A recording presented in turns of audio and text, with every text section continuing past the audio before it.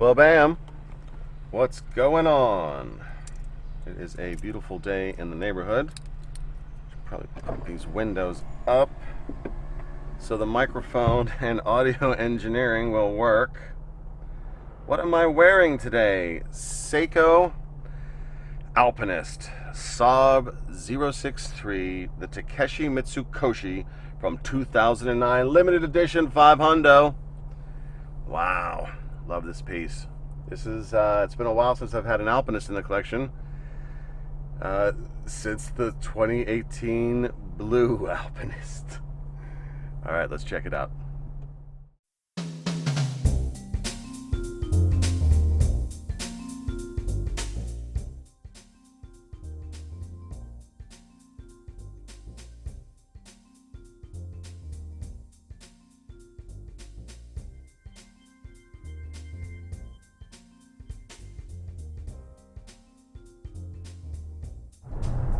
How are you? How you doing? How you doing? Hope this video finds you well. Hobby of Hours Confessions. I am going to an AD, and it's one I haven't visited in a while. It's time to water the flowers, as they say, and re-register my interest.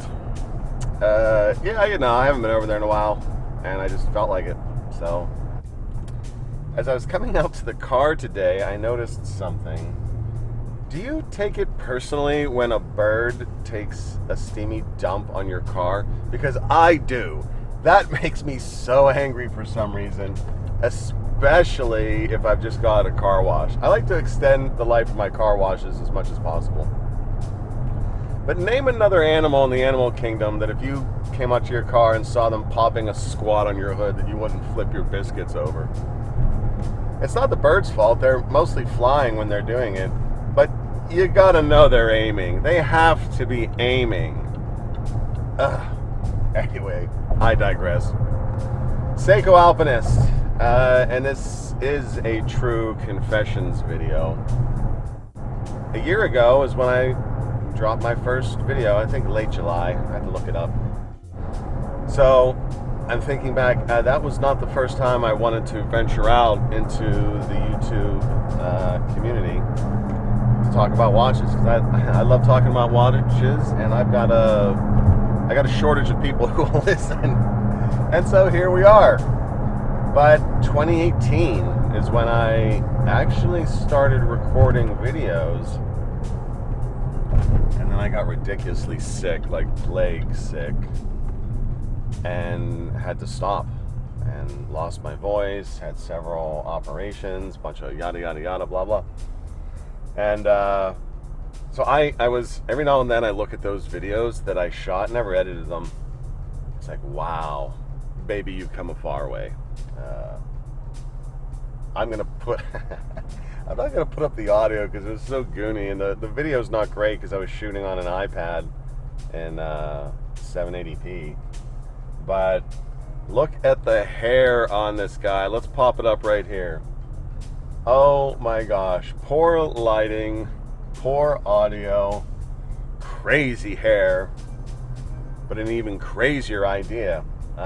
When I started recording those videos, it was around the panic, the flurry, the moon swatch of the day, the Seiko Alpinist Bluesy.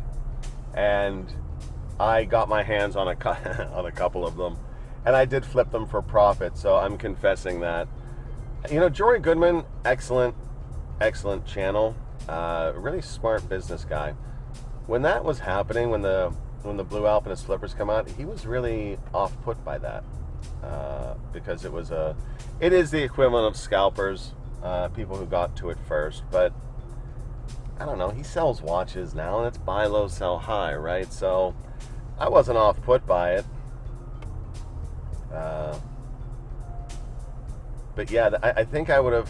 What I like to do is I like to buy two of something. One to wear, like if it's a rare bird, one to wear, one to hold on to, and then sell down the road so that the first one I own, I'm into it, the cost of ownership is lower, if not free.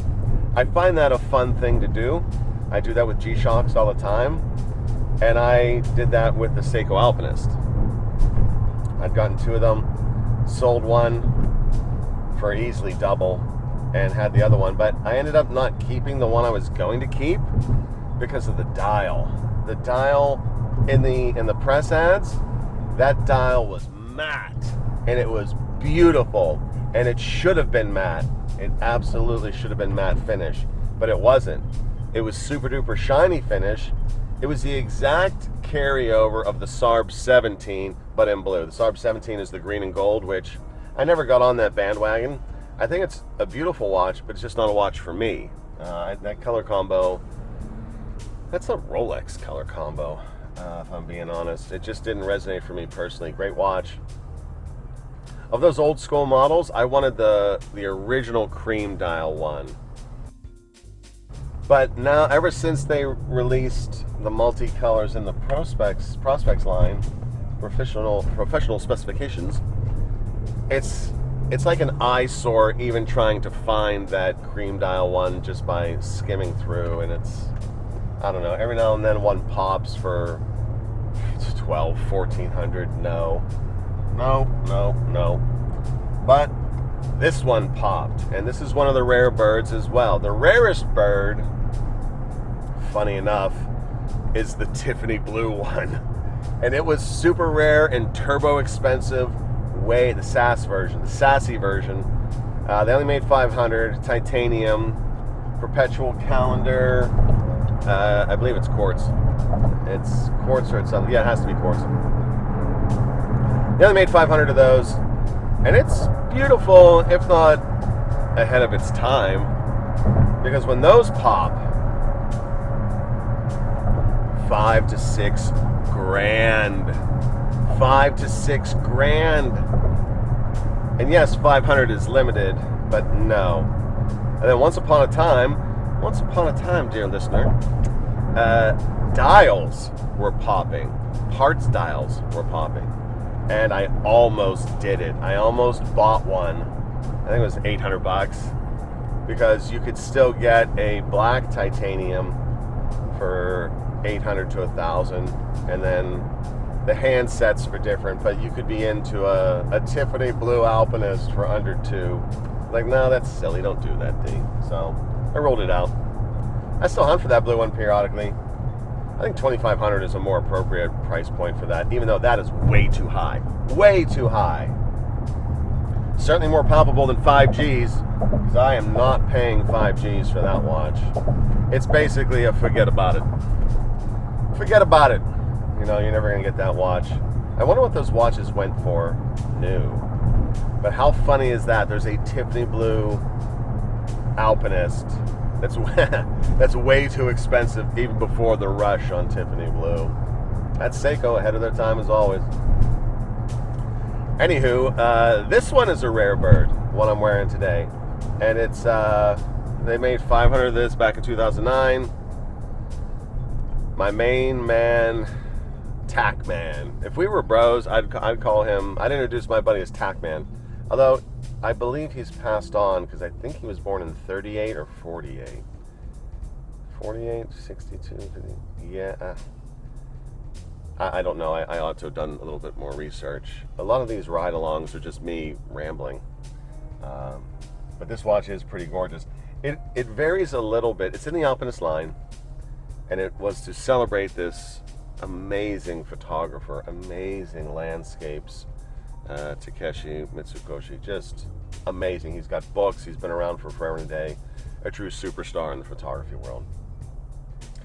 So this one is a little bit different than the other Alpinist. It only has one crown. It's at 4 o'clock.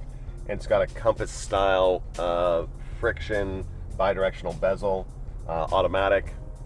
And I gotta say, pretty gorgeous murdered out on this bracelet. I don't know if I would ever take it off the bracelet. I mean, that's being murdered out NATO if I do anything with it. But there are a handful of other Alpinist rare birds out there, and the market, eBay, the market, eBay is flooded with dozens and dozens and dozens. Ever since they released a bunch in the Prospects line, I find it challenging to sift through, because when I'm hunting, sometimes I'm zooming in on the reference number, and that's 9 times out of 10, that's the best way to do it.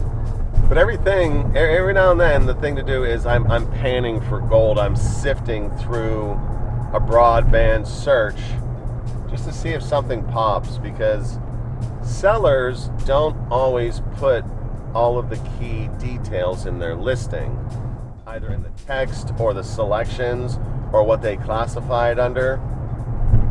And every now and then you can find a diamond in the rough that is a great piece at a great price, and it's lingering out there longer because it's missing a keyword search or something spelled wrong, and the other hunters out there haven't found it because of that fact, which is a strange thing. And you know, what's wrong with an older man having a hobby? So that's what I like to do, and I've gotten some real winners that way, some absurd winners.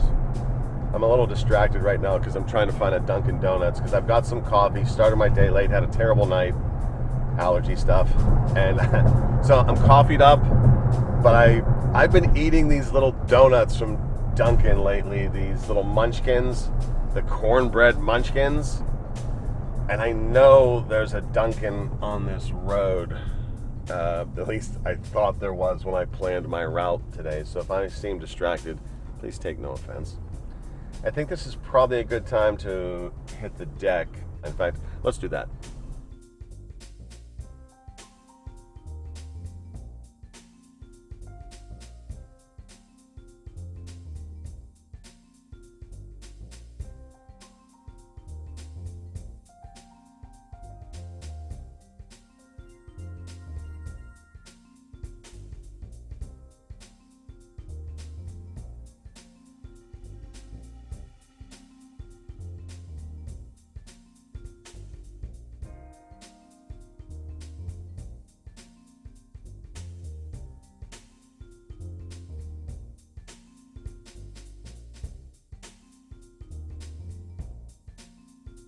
Well, there are pluses and minuses in life.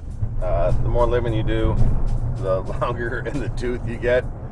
You'll realize that pretty quickly. Plus, Dunkin' Donuts has a big D as their door handle. Oh, I felt immediately welcomed. Minus, it's 1:30 and I realize that's late in the day. They had 4 donuts left. 4. Now they only have 3. And none of them were cornbread, and there wasn't a munchkin to be seen in the house. But I did get an apple fritter. And I do like the apple fritter. I wasn't in the mood for it. I was in the mood for the cornbread munchkins. But I think the apple fritter has the best shelf life of any donut.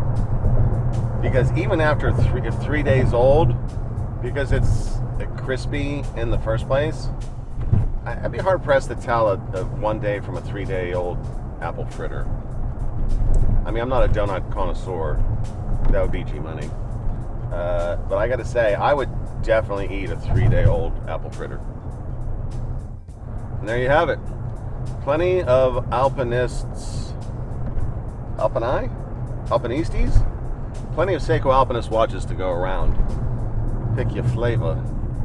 Loosely based on dial color and or, you know, whether or not you want that dual crown thing. I like the idea of the dual crown thing. Cool watches. And if you're a Seiko fan, at some point in your journey, do yourself a favor and pick one up. This one's pretty new for me, so I'm just, this is its first day out. Yeah. I don't know, I think actually, the more I think about it, maybe a murdered out NATO would be great for this. Yeah. Or Zulu, actually. I think I've got a spare Zulu at home. I might pop that on there later. Anywho, hope you enjoyed this little trip, and I hope that wherever you are, they've got your donut in stock. Ah, yeesh. All right, have a great one. Peace.